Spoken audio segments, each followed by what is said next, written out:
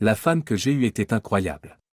Nous communiquions beaucoup avant de prendre une décision, et notre amour brûlait de mille feux. Caroline se souciait de son apparence, non pas pour l'admiration des autres, mais pour mon bien. Notre vie privée était riche et satisfaisante, répondant constamment à ses besoins. J'attendais plus de mon mariage, même s'il contenait tout ce que je pouvais désirer. À qui la faute, à l'égoïsme, à l'arrogance ou à la cupidité? Je pense que c'était une soif de domination. L'excitation de chercher et de revendiquer quelqu'un était satisfaisante, même si la nouveauté de chaque conquête s'est estompée au bout d'un certain temps. Cela n'a jamais été une excuse pour tromper mon épouse idéale. J'ai essayé de me dire que ce serait strictement physique afin de préserver mon mariage. En adoptant un comportement classique, j'ai promis de maintenir notre relation tout en utilisant de nouvelles tactiques pour accroître notre intimité. Imaginez que quelqu'un découvre mon crime. Je trouverais les mêmes excuses, je serais suffisamment prudent pour ne pas me faire prendre, mais si c'était le cas, je m'excuserais ad nauseam. Ce ne serait pas du tout sa faute.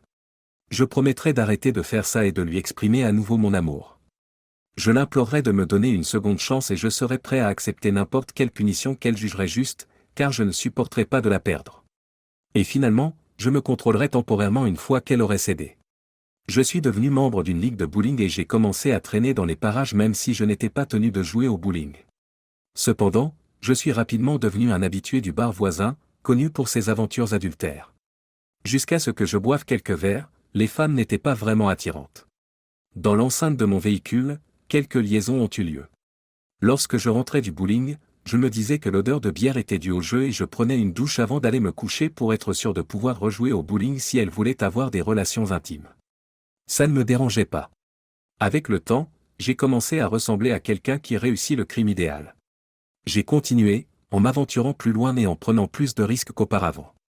Je me suis attaqué à des collègues de travail qui étaient mariés et j'ai essayé de les persuader que leur partenaire devrait en faire plus en évoquant mon prétendu mariage parfait. Je leur ai enfin montré le type de proximité qu'ils devraient avoir à la maison. J'étais fier de ma vie amoureuse après presque 6 mois de conquête, j'avais l'impression d'avoir tout ce qu'il fallait. Enfin, jusqu'à ce que... Alors que j'attendais une nouvelle rencontre fortuite dans un bar, un homme s'est approché de moi. « N'êtes-vous pas Bill Winton, le mari de Caroline Winston ?»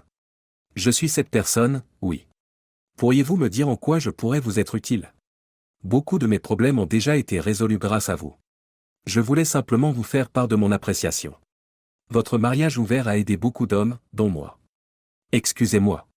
Caroline a évoqué le fait que vous et votre mari pensiez que le fait d'avoir des relations sexuelles avec d'autres personnes ne faisait qu'approfondir votre mariage, et que vous y consentiez donc tous les deux. La façon dont elle manipule la situation avec son doigt ne cesse de me déconcerter. C'est un vrai changeur de jeu.